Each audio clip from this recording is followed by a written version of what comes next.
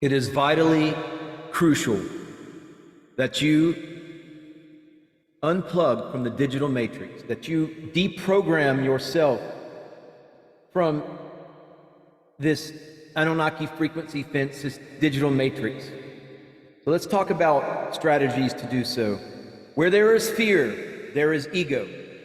We are truly our biggest enemies.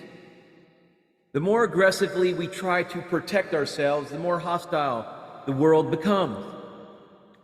While we might seem to shift the blame onto external influences to justify our negative experiences in our lives, 90% of all the pain we experience is purely emotional baggage.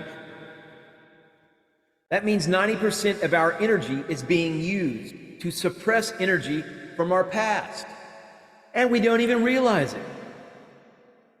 No wonder why we constantly feel drained and fatigued when we are aware of this.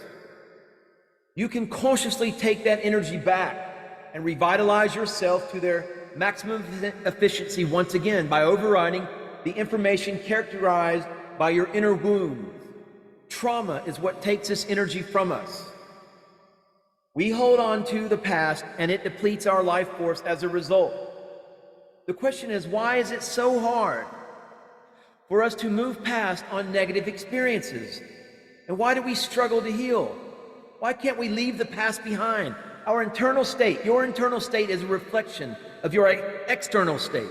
Since your cells are coded, that code duplicates itself at every moment. 96 million cells regenerate and regenerate within the body every minute. The longer you stay within an emotion, the more programmed you become by that particular vibration held within your own molecular structure.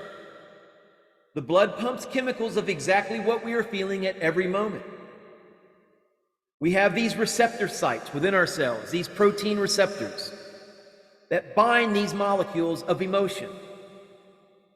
These are the same receptors that bind heroin. This is why we become addicted to our emotions, and so our behavioral patterns follow suit. On top of that, the place where our habits and routine behaviors get stored is called the subconscious mind. This occupies a whopping 95% of our overall consciousness. Our conscious mind, which is responsible for logic and reasoning, only takes up a minuscule 5% of our overall mind activity. Yet we perceive it as the primary driving force to all our thoughts and decisions.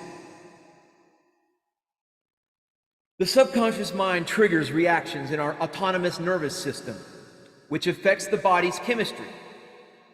This means we react without thinking, and behavior becomes more instinctual by nature rather than chosen by conscious thought. We often associate this impulse as a trigger for our fight or flight system, the reptilian part of our brain. The more we are programmed, our subconscious mind, with a repetitive negative frequency bandwidth, the more we get hardwired to these less desirable behaviors. Running on autopilot in our own software, after the age of 35, these circuitry traits become set memorized patterns. This age group and above will find it the most challenging to break free of their prior conditioning simply because they have more outdated programs lingering in their cellular memory complex than the younger generations. The mind is deeply affected by emotion, and because emotion programmed the information within our DNA, that information influences our memory and distorts the truth. 50% of what you talk about in the past is not actually true, because your memory complex, influenced by your embedded emotions, distorts that video file within your holographic reminiscence. This is why everyone sees a different truth, because the emotional state of a being determines the individual's vibration and therefore decodes an event to the perception associated with that frequency of what they are feeling.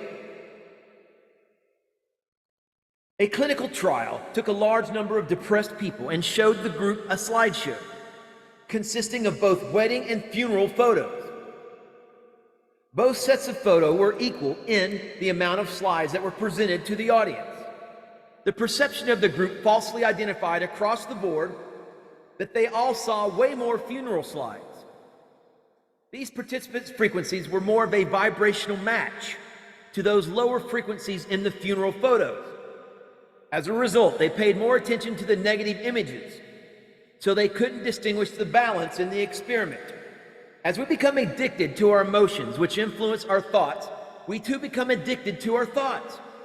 It is estimated that out of the 60 to 70,000 thoughts we think a day, about 80 to 90% of those thoughts are the same as the day before, because we are conditioned to the 95% subconscious choice programming that we're not even aware of. This is why many people struggle to change, because they are unaware of their own behavior and consciousness. Much of the programming that is prolonged through one's adult life emanates from childhood. The analytic brain doesn't develop its cognitive abilities to reason until about the age of 7. Up until this age, the child is ultimately a sponge for absorbing the information from its surrounding environment, and will mimic what it sees in these early stages of development. On top of our hundreds, if not thousands of past lives we've experienced reincarnated here on this earth plane already, we are all having to shift not only the negative programs installed within us from our childhood, but those from our previous lives as well. If we take this a step further, according to ancestral mathematics, to be born today from 12 previous generations, you would have needed a total of 4,094 ancestors over just the last 400 years or so. All of that genetic information stored somewhere in these individuals' biological fabric must have somewhat passed down to you in your own DNA. That is a lot of shared memories holding emotional trauma that you're also trying to dismantle and reconfigure to that of a more positive frequency. Now, if you are all about hopping on to a more positive frequency, to the golden age timeline, please, by all means, hit that subscribe button, give this video a thumbs up, and stay tuned. We're going to have more on this topic to follow. Namaste, namaskaram.